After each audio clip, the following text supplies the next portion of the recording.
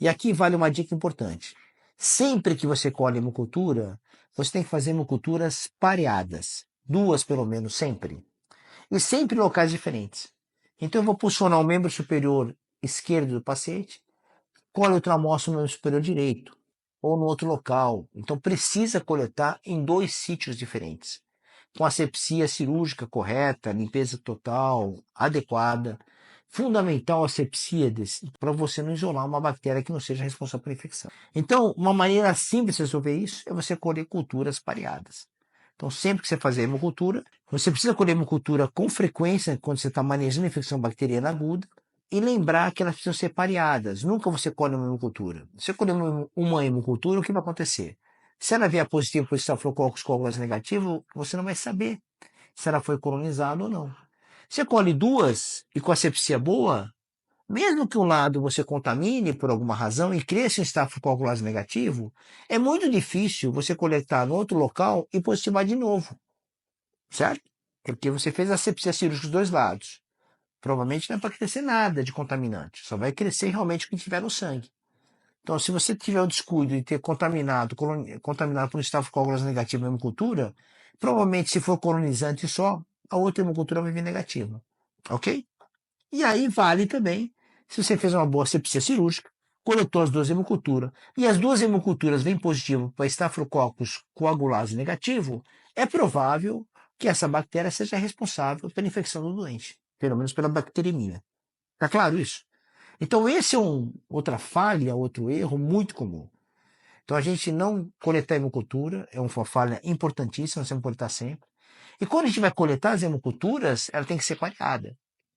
Isso vai te ajudar muito do ponto de vista clínico. Outro ponto que é bastante importante quando a gente fala em isolamento microbiológico é você não utilizar a bacterioscopia como ferramenta diagnóstica. A bacterioscopia é o exame direto que é feito a coloração pelo Gram para exame de bactéria em materiais biológicos. A gente não faz bacterioscopia do sangue total, é muito raro e as evidências científicas mostram que o benefício é muito baixo. Mas, para materiais biológicos como líquidos pleurais, líquido acítico, líquido articular, líquor, materiais purulentos coletados de qualquer sítio, a bacterioscopia vai te ajudar muito na avaliação.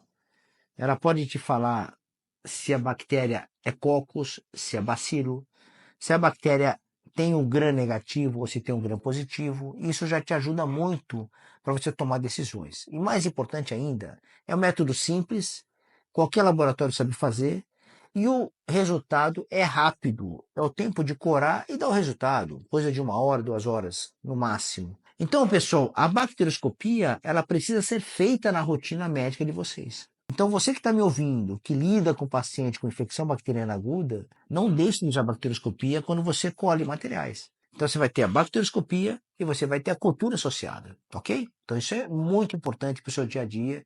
Isso vai te ajudar muito. Você vai ver como que vai te ajudar a decidir melhor e você ficar muito mais seguro, ficar mais confortável. Não é aquele doente seu que está com um abscesso, que está com uma artrite séptica, com um emfiema, com derrame pleural piogênico por alguma razão, um exudato que tem a bactéria.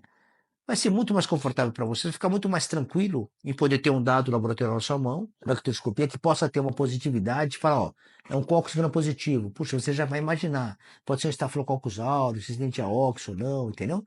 Pode ser, é um bacilo gram negativo. Você vai imaginar Pseudomonas, Escherichia coli, Klebsiella, algum que pode te ajudar. E você toma a conduta em cima dessa informação. E não é só isso. Você vai cultivar o material. Às vezes o que acontece, pessoal? Você faz a bacterioscopia e tem lá um bacilo gram negativo. E está cheio de bacilo gram negativo. Você viu no direto. Quando você cultiva, não cresce. Isso acontece às vezes. Porque o paciente pode ter usado algum antibiótico. Às vezes aquele antibiótico chegou junto ao material biológico, vai para a cultura específica e inibe o crescimento, por exemplo. Às vezes a infecção é polimicrobiana, por exemplo. Você tem um coccus gram positivo, você tem bacilo gram negativo no exame direto, e você cultiva, só cresce o coccus gram positivo, por exemplo. E você tem gram negativo, bacilo gram negativo no exame direto, na bacterioscopia. Então, dependendo de cada situação, pode ser relevante isso. Dependendo do que você está trabalhando, o tipo de doente, se for uma infecção abdominal, intracavitária, pode ser polimicrobiana, então isso pode te ajudar na informação. Então você vê a quantidade de dúvida que você pode resolver, a sua dúvida que vai te afligir, que vai te preocupar, pode ser resolvida no manejo da bacterioscopia. Então, mais uma informação que pode te ajudar no seu dia a dia. Outro ponto importante, que é um erro muito comum no nosso dia a dia, é nós termos uma decisão médica muito difícil quando você tem pacientes com febre e tão, de certo modo, com uma gravidade, que você quer tomar decisão rápida. Então aqui vem um ponto muito importante.